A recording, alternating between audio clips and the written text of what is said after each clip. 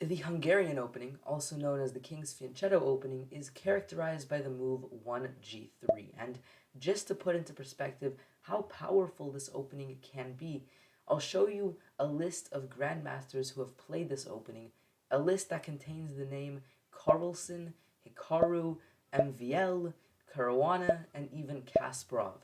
So you can see that some of the best players in the world play this opening, and in the video today I'll be going over this opening, so let's begin. So the move g3 makes way for the bishop to develop to g2, and this bishop will be a very powerful piece. Often you're going to use this diagonal, and I'll show you a couple of methods to do so in the future, and that is also why it's called the King's Fianchetto opening. You're immediately fianchettoing your kingside bishop. So from here, black already has a couple of options, but most likely you're going to see some very aggressive move in the center, such as the move d5 or the move e5. And the reason for this is, of course, you're not contesting the center with pawns, and black is going to try to do so. So let's say d5, bishop to g2, and now the move e5 is played. And the thing to note about this setup is that these pawns look very safe, but you can try to chip away at them, not necessarily with your e-pawn or your d-pawn immediately, but rather with your c-pawn. And this is going to be a common method you're going to use to attack black center. So here already c4 is quite powerful, especially if they'd ever developed the bishop. This pawn would be pinned, but even like this, when it's not pinned, they don't really want to take, because after takes, you can give this fork here, winning back the pawn. They can defend a number of ways, let's say c6, to try to take away this bishop a little bit. Well, still, they have a pretty weakened center. You have both of your pawns. They don't. You still have a powerful bishop here developed. They don't have any pieces developed. Your queen, although it is, in the center of the board, it's a little bit difficult to attack it. They can win some tempo with bishop e6, but then queen c2, and your queen is actually in a pretty nice spot.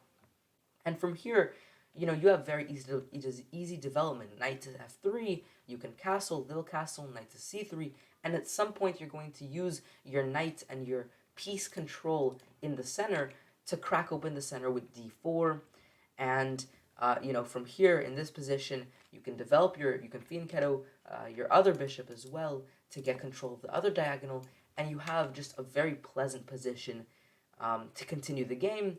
And at some point this pawn will also potentially push forward to the center of the board. And so going back, that is a very common theme that you're going to see. You're going to push this pawn to enable this bishop onto this diagonal and to break up the center that black has built. But another way to often chip away at the center is a more slower, methodical approach with d3. The idea is knight to d2, and then you're going to push your pawn a bit more supported. This is kind of similar to a King's Indian setup, actually.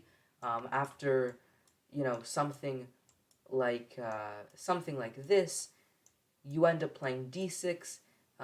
Let's say they play f3, you castle, and at some point you're going to bring your knight to d7 and look to push this pawn on your c and e file. Same thing with the white pieces.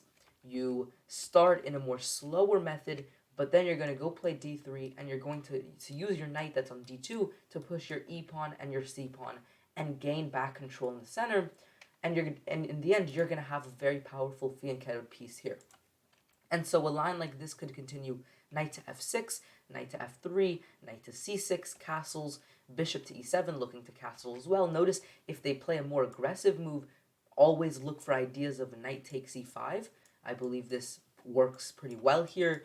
And in the end of that, you've broken up their center a little bit, and there's going to be ideas to push e4 at some point, and you're going to be able to control the center as well. So look for ideas like those. But let's say they played simply bishop to e7, looking to castle, knight to d2, castles, and here's where you can strike with e4. Often you can also strike with c4, but here e4 makes a bit more sense. It's a bit more of a direct attack in the center.